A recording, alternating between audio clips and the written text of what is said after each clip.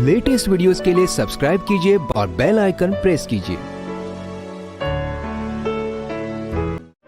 गीतायाः श्लोकपाठेन गोविन्दस्मृतिकीर्तनात् साधुदर्शनमात्रेण तीर्थकोटिफलं लभेत्।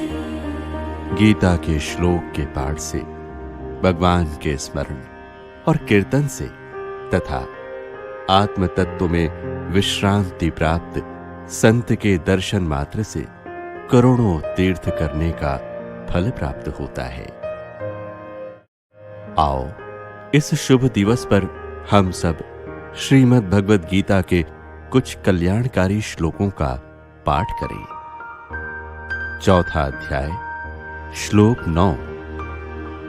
जन्म कर्म च मे दिव्यम् एवं यो वेत्ति तत्त्वतः त्यक्त्वा देहं पुनर्जन्म नैति मामेति सोऽर्जुन।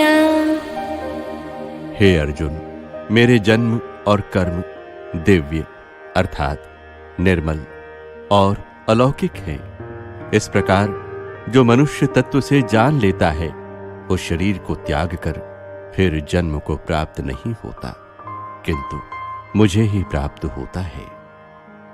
चौथा अध्याय, श्लोक 34।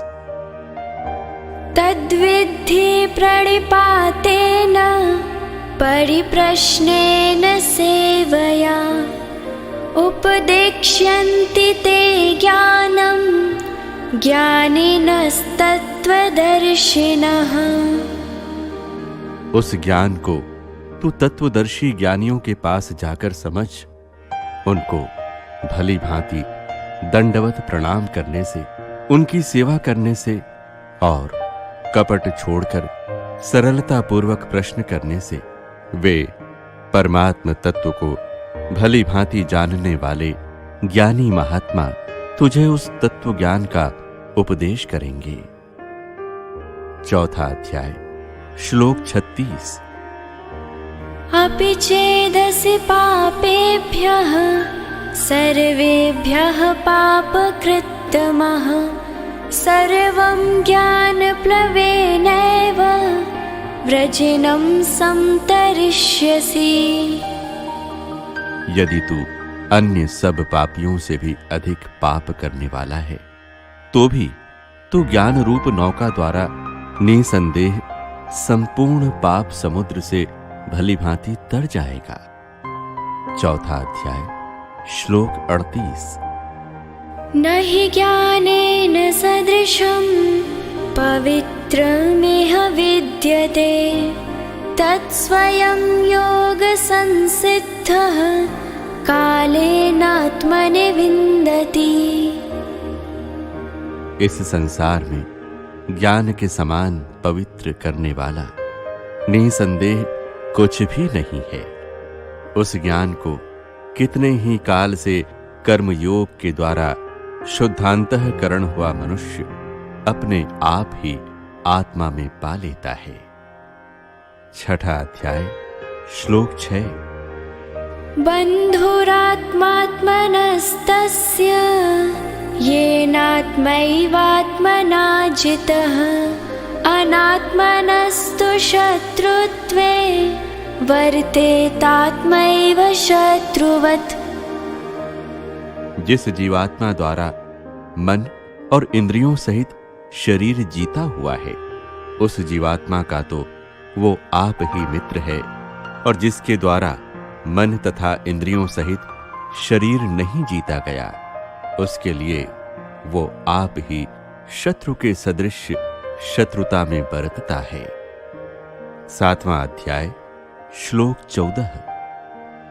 दैवी एषा गुणमयी मम माया दुरत्यया मामेव ये प्रपद्यन्ते मायामेतां तरन्ति ते। क्योंकि ये अलौकिक अर्थात अति अद्भुत त्रिगुणमयी मेरी माया बड़ी दुस्तर है, परंतु जो पुरुष केवल मुझको ही निरंतर भजते हैं, वे इस माया को तर जाते हैं। 7वां अध्याय, श्लोक 15। न मां दुष्कृतिनो मूढाः प्रपद्यन्ते नराधमाः मायया परतज्ञाना आसुरं भावमाश्रिताः। माया के द्वारा जिनका ज्ञान हरा जा चुका है, ऐसे आसुर स्वभाव को धारण किए हुए मनुष्यों में नीच दूषित कर्म करने वाले मूढ़ लोग मुझको नहीं भजते। 9वां अध्याय, श्लोक 14। सततं कीर्तयन्तो मां यतन्तश्च दृढव्रताः नमस्यन्तश्च मां भक्त्या नित्ययुक्ता उपासते। वे दृढ़ निश्चय वाले भक्तजन निरंतर मेरे नाम और गुणों का कीर्तन करते हुए तथा मेरी प्राप्ति के लिए यत्न करते हुए और मुझको बार बार प्रणाम करते हुए सदा मेरे ध्यान में युक्त होकर अनन्य प्रेम से मेरी उपासना करते हैं। 9वां अध्याय, श्लोक 22। अनन्याश्चिन्तयन्तो मां ये जनाः पर्युपासते तेषां नित्याभियुक्तानां योगक्षेमं वहाम्यहम्। जो अनन्य प्रेमी भक्तजन मुझ परमेश्वर को निरंतर चिंतन करते हुए निष्काम भाव से भजते हैं, उन नित्य निरंतर मेरा चिंतन करने वाले पुरुषों का योगक्षेम मैं वहन करता हूं। 18वां अध्याय, श्लोक 71। श्रद्धावाननसूयश्च शृणुयादपि यो नरः सोऽपि मुक्तः शुभान् लोकान् प्राप्नुयात् पुण्यकर्मणाम्।